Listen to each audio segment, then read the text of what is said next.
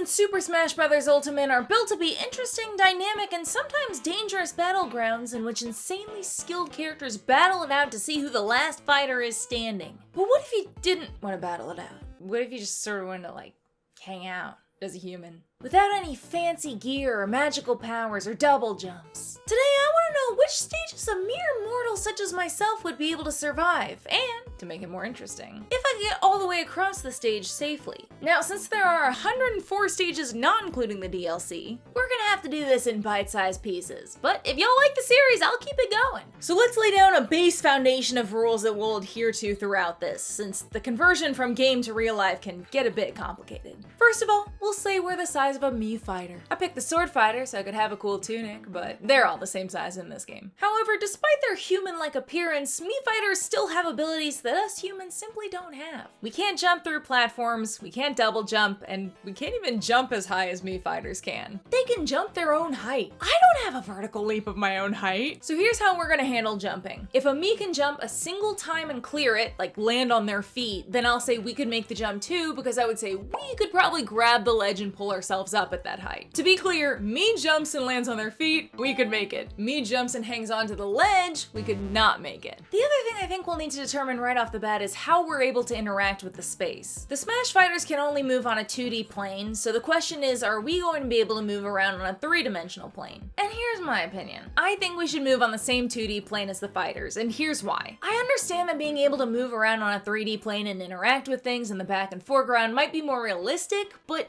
it also opens up possibilities that, to be honest, I just think aren't really that fun. Like, wouldn't you rather see if you could navigate through all these obstacles rather than just walk into the background and go on the sand the whole way? If I were watching this YouTube video and the person making it was like, we can survive on it if we just go inside one of these buildings and stay there. Or, oh yeah, we can avoid the tree blowing wind just by going over the fence and staying in the back of the level. I wouldn't be like, oh, that's fun. I'd be like, oh, okay, so we're not actually like doing the levels, huh? I understand if you disagree, but I think what I'm interested in is whether or not a human could endure the same obstacles that the in-game fighters do, and in such, they need to stay on the same plane. So my apologies if you would prefer it the other way, but if I'm gonna do over 100 stages of this, I gotta keep it fun for me. And nothing's stopping you from looking for alternative ways yourself. For our color system, stages that you couldn't survive will be marked red, stages that you could survive and make it all the way across will be green, and stages that you could survive but not cross through will be this vague marigold color. But what does survive mean exactly? A great question. One that might seem a bit more straightforward for stages that move or transform, but what about stationary stages that don't change at all? In order to make it fair across the board, I'm going to say you could survive a stage if you could last 5 hours on it, because that's about how long I can go before I start to get hangry. Alright, I think that's all we need to get out of the way ahead of time. Let's get judging. Oh, also, a random computer is gonna be joining me every round because I couldn't find a way to turn them off.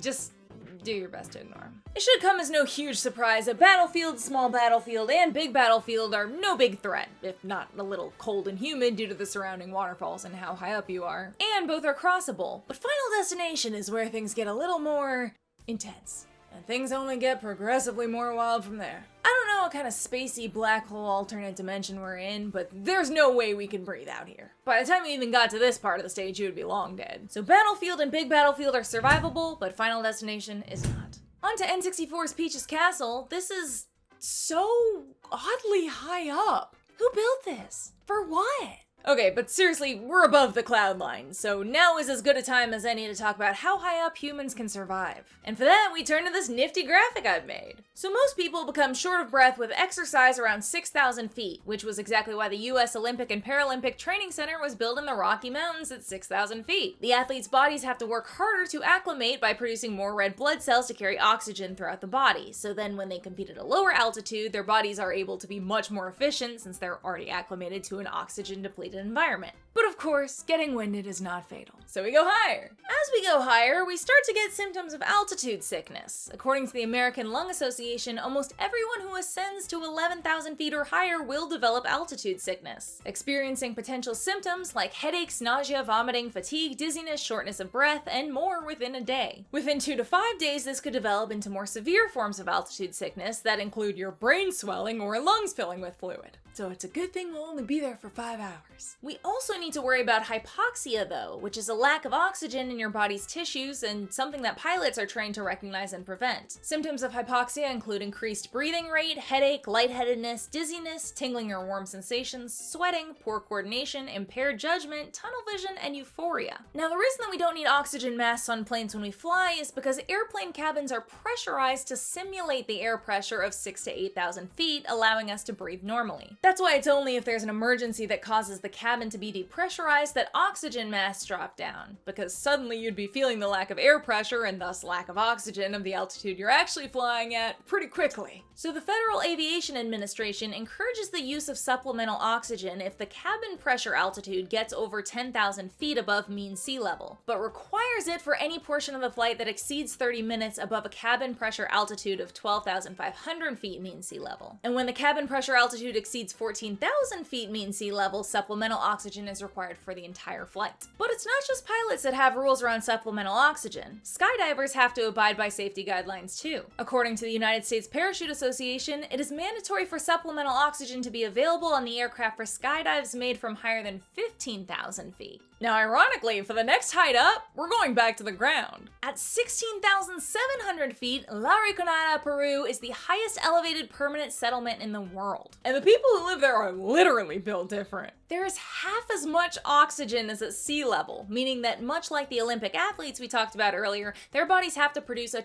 ton more red blood cells to make up for the lack of oxygen. But let me be clear, they're not thriving in this environment. According to one study, 25% of the residents developed chronic mountain sickness as a result of chronic hypoxia. The altitude also brings with it difficulties with exercise, growth, and reproduction, among other things. Next to none of the population was actually born there, and people don't go there or stay because they love it necessarily. It's a pretty bleak situation. You can look up some YouTube documentaries on it if you want, but I don't want to veer too far off topic, so we're gonna move along for now. If you're not looking to settle down, you can go even higher. At 21,000 feet, most mountain climbers will use supplemental oxygen, though according to this article, this is normally reserved for Mount Everest since most mountains don't reach that height. 26,000 feet is known as the death zone in mountaineering. Experts advise not to stay in the death zone while climbing for more than 16 to 20 hours, with 48 hours being the absolute threshold. And that is with supplemental oxygen. While it's possible to climb to these heights without oxygen, it's multiplying the already existing dangers tenfold. The death zone brings with it the potential for all of the lovely symptoms of altitude sickness we talked about earlier, plus high-altitude cerebral edema and high-altitude pulmonary edema, plus all the hypoxia symptoms, and then the website Ultimate Kilimanjaro adds cardiovascular strain, brain, heart, and kidney damage, irreversible brain damage, irregular heartbeats, chest pain, heart failure, loss of consciousness, seizures, a state of comatose, and death. But if you're able to avoid all that, you can reach the peak of Mount Everest, the highest place on Earth, which stands at 29,035 feet above sea level! Oh my god, I'm making a Smash Bros. Video. What was I talking about? I think you were saying we could survive at 29,000 feet? Oh no, we can't do that. Sorry, that was confusing. See, the whole trick to surviving those kinds of altitudes is acclimation. People who climb Mount Everest have to stop at camps along the way for days to properly acclimate before going higher. Most Everest expeditions take around 2 months. In fact, Montana State University predicts that if you were standing at sea level and were somehow transported instantly to the top of the mountain, you would pass out and probably be dead within 30 minutes. And I must assume the way we get to these stages is either via teleportation or these fast-moving platforms commonly found in the game. We definitely can't assume we've been acclimating on a 2-month elevator ride up. We shouldn't even consider 16,700 feet safe because the people of La Riconada have also slowly acclimated to living at that altitude. Often they move there from nearby places and thus are more acclimated to higher altitudes already. Skydivers may require supplemental oxygen at 15,000 feet, but the reason this is a higher altitude than pilots require is because of how little time they're up there for. They jump out and in minutes are back to a reasonable altitude. But we've got to survive for 5 hours, so I think that looking at the requirements for pilots makes the most sense, who also ascend at rapid rates. Because pilots are required to use supplemental oxygen for any portion of a flight exceeding 30 minutes above a cabin pressure altitude of 12,500 feet, and we won't have any oxygen mask, I'm gonna round that down to a rounder number and say that we could survive any altitude under 12,000 feet.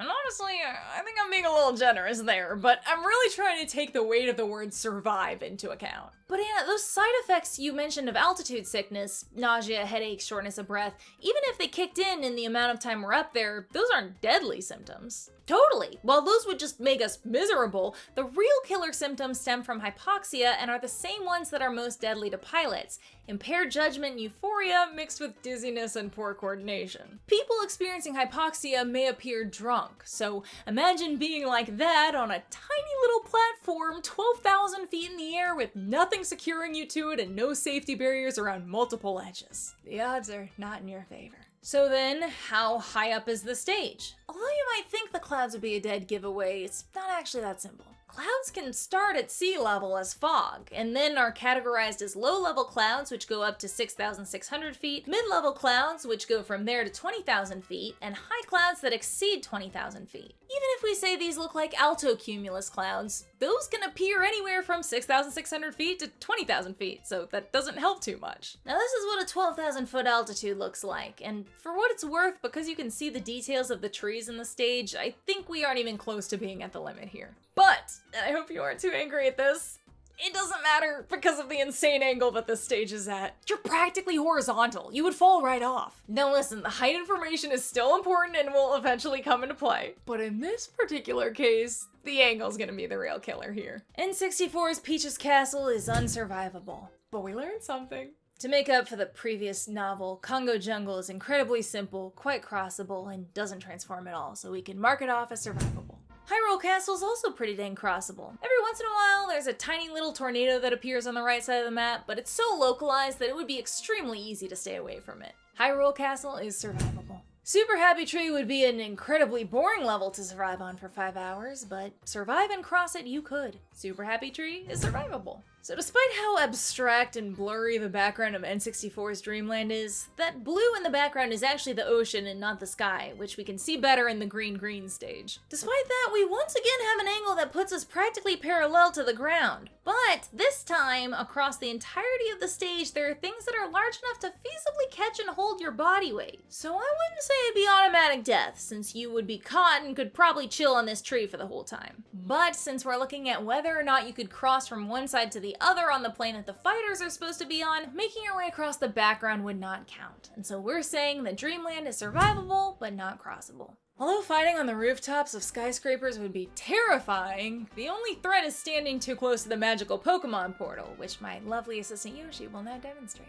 See? No bueno. But if you keep your distance, you should be fine. The one Pokemon I was concerned about was Electrode, who will explode, which seems like a huge threat. However, Electrode's explosions are self-generated and seemingly have a controlled strength and radius. In several Pokemon TV shows, we can see examples where an Electrode's explosion, or a Voltorb's explosion, even up close, doesn't injure nearby people. Even examples where the blast seems large and intense, the trainers, at the distance they are unaffected. There are also in-game examples that show that this distance away from an Electrode seems to be alright, which leads me to believe that Electrodes are able to control the intensity and radius of their explosions, and thus this Electrode is only choosing to explode the small radius around itself. So, like with the other Pokemon in the stage, if we keep a good distance, we should be fine. However, due to being unable to get up onto the second hovering platform when approaching from the left, Saffron City is survivable, but uncrossable. N64's Mushroom Kingdom gets a bit nerve-wracking to cross given the balance scale platforms, but if you're quick enough, it seems doable. You'd also want to wait for this giant carnivorous plant to retreat before crossing over the pipe, but altogether I would say N64's Mushroom Kingdom is survivable. Melee's version of Princess Peach's castle seems quite quaint. Although it's close, it looks like we'd be able to get over the middle tower safely, and all in all... What's that sound? Oh my god, that's gonna be a problem! I'm not sure what kind of in-game physics saved Peach's castle here, but in real life, we would all be toast. That's an insane explosion. Now, I'm sure that some of my audience crosses over with Game Theory's audience, and you might remember a video from a long time ago where Matt showed that Bullet Bill and its relative Bonsai Bill wouldn't actually be that deadly. But that was 10 years ago, and 10 years ago, they didn't explode. Just like how modern weaponry has evolved, so too has the bonsai bill. The explosives contained within this thing make it far more like a missile than anything. And just to give an example of how far back from this you would really need to be, this real-world missile stands at 13 feet, which is pretty dang close to the same height ratio as a bonsai bill, despite the obvious width difference. And it produces a blast equivalent to 500 pounds of TNT. If we look at this guide on the Director of National Intelligence's website that has guidelines on the evacuation zone requirements for explosive threats, the mandatory evacuation distance for 500 pounds of explosives is 320 feet, with the preferred evacuation distance being close to 2,000 feet. Even if you were out of the initial blast zone, the shockwave, heat damage, and fragmentation from the shell or debris would kill you at this distance. So Melee's Princess Peach's castle is unsurvivable.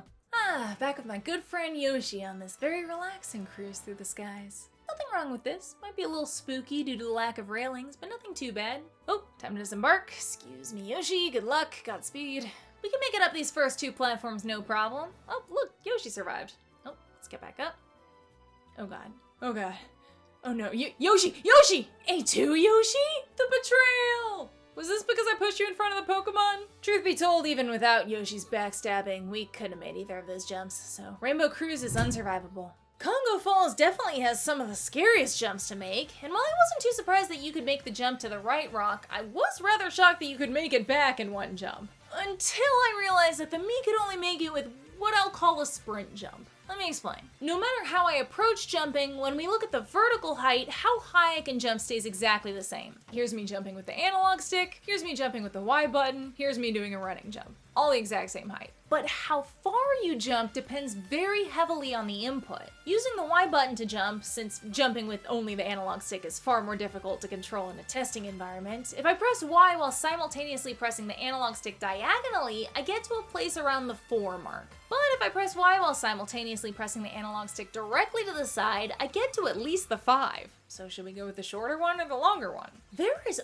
oddly little information on the internet about average running long jump distances that weren't in relation to athletes who did track and field. I'm not here representing the talented freaks of nature that can jump 29 feet. I'm here representing the layman who can jump, well, I don't know how far, because all I'm seeing are statistics for track and field experts. So you know what? I'm taking this into my own hands.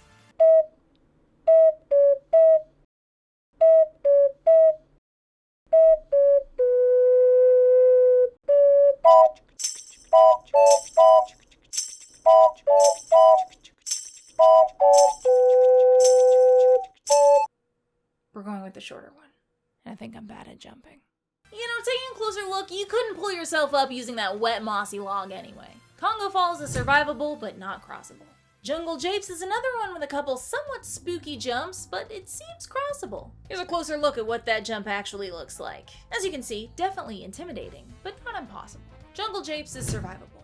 About time we get some water that's not rapids! Now we have the freedom to swim around. The most iffy jump is the first one from the rock, but jumping when that side of the rock hasn't sunk in yet makes it reachable. It looks right on the line, but I'm gonna count it since the Mii does in fact land on their feet. Then you can make your way across with relative ease. The Great Bay is survivable. It's gonna be a hike to get across the temple. Most of it isn't too bad, but instead of trying to make this middle jump, we're gonna have to first jump down and go back up. Now, you wouldn't want to fall straight down because that is an extremely high fall, but since it slopes up and there's a good amount of wall, you could first climb down a bit and then jump off the wall.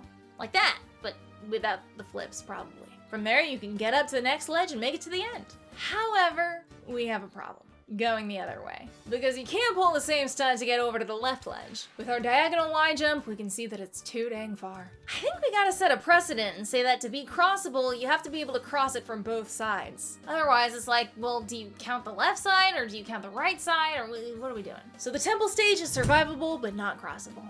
The main thing we're gonna have to worry about on the Brinstar stage is the lake of acid that occasionally rises up. Oh, okay, even though it seems like we should be able to get up on this platform in one jump, we shockingly can't. We've gotta abide by the rules here, it's not letting us up. Oh god, oh god, oh god. Scooch over, Kirby. Unfortunately, that will only save our butts for so long because we can't get to the top level. Brinstar is unsurvivable. You know, now that I'm thinking about it, since you do start out on the left platform already, I guess since you can get to the top platform from there and the acid never reaches the top platform, I should maybe count this as survivable but not crossable, since you still wouldn't be able to make it from the right side to the left. But the acid actually screws us over once again, because this quantity of acid with seemingly no ventilation in this cavernous space would mean fatal levels of toxic fumes. As of right now, it's impossible to know exactly what type of acid this is, as it hasn't been specified in any of the games, but of the corrosive acids, ones that can appear yellow are nitric acid or hydrochloric or sulfuric acid if they contain impurities. And each one of these carries a high risk of pulmonary edema upon inhalation, and that's not even considering this level of exposure, since not a lot of people find themselves in a cavern of acid. 5 hours in an unventilated room with this amount of acid would revert Brinstar right back to being unsurvivable. Both Yoshi's Island and Yoshi's Story are incredibly straightforward levels that are crossable, and while you couldn't stand on a cloud in real life, I also think that it shouldn't count towards the stage's crossability. That being the case, Yoshi's Island and Yoshi's Story are survivable. Fountain of Dreams we can cross up pretty dang quickly, seeing as we could not survive in the depths of space, making Fountain of Dreams unsurvivable. Alright, Greens really gave me a headache. First of all, we have to determine how high up we are again. Unlike Dreamland, the background in this one is not abstract or at a weird angle, but we once again find ourselves quite high up. The only problem is, it's really friggin' hard to tell the difference in altitudes once you get up high enough. I thought I would just be able to look at pictures and compare them, but no! Look, this is 10,000 feet up and this is 12,000 feet up. Both would make rivers and lakes look this tiny. Once again, we can't go off clouds because we've got thin wispy clouds underneath us, likely stratus clouds, which fall under 6,600 feet, and we have clouds above us, which might be altocumulus or even cirrocumulus clouds, but both of those go up to or above 20,000 feet. Then we have these snow-capped mountains, which you think might be a dead giveaway, but different snow lines depend on the elevation and latitude. In the Antarctic Circle, the snow line can start at sea level. However, I would say it's safe to say that we're not in the Antarctic Circle. But even so, there are mountains whose snow line starts in the 5,000 to 10,000 foot range, and we might be above that, but how much above? Then, ladies and gentlefolk, I realized that the giving tree was non-fiction, because this tree bestowed me with a gift. Apples. There's a limit to how high up apples can grow. Different apples thrive at different altitudes, most commonly ranging from 1 to 6,000 feet. Colorado has the highest apple orchard in the US at 8,000 feet, but this is usually the upper limit for growing apples. I say usually because there are apples grown in the Himalayas, the highest of which being in Leo, which has an upwards altitude of 4,500 meters, or about 14,763 feet. But you know what? Considering that's a weird outlier, I'm just gonna say we can breathe, man. We're somewhere around 8,000 feet up, and that's all I'm gonna say about that. So with that lockdown, can we survive the rest of this stage?